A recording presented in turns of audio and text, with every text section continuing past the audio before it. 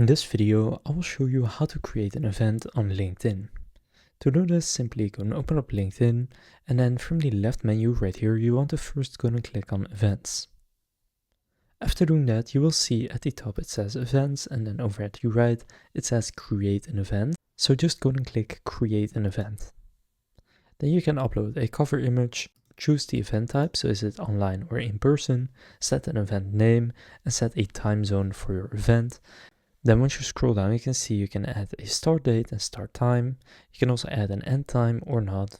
You can add an external event link, and you can add a description, add any relevant speakers. So if it's in person, you won't need to add the link, but instead you will need to add an address. So after doing that, it will show you the overview. Now you can also post it. So from there, just go and click post, and then you will have created and posted your own event. So that's how you can create an event on LinkedIn. If this video was helpful, please consider leaving a like and subscribing to my channel. With that being said, I will see you in the next video.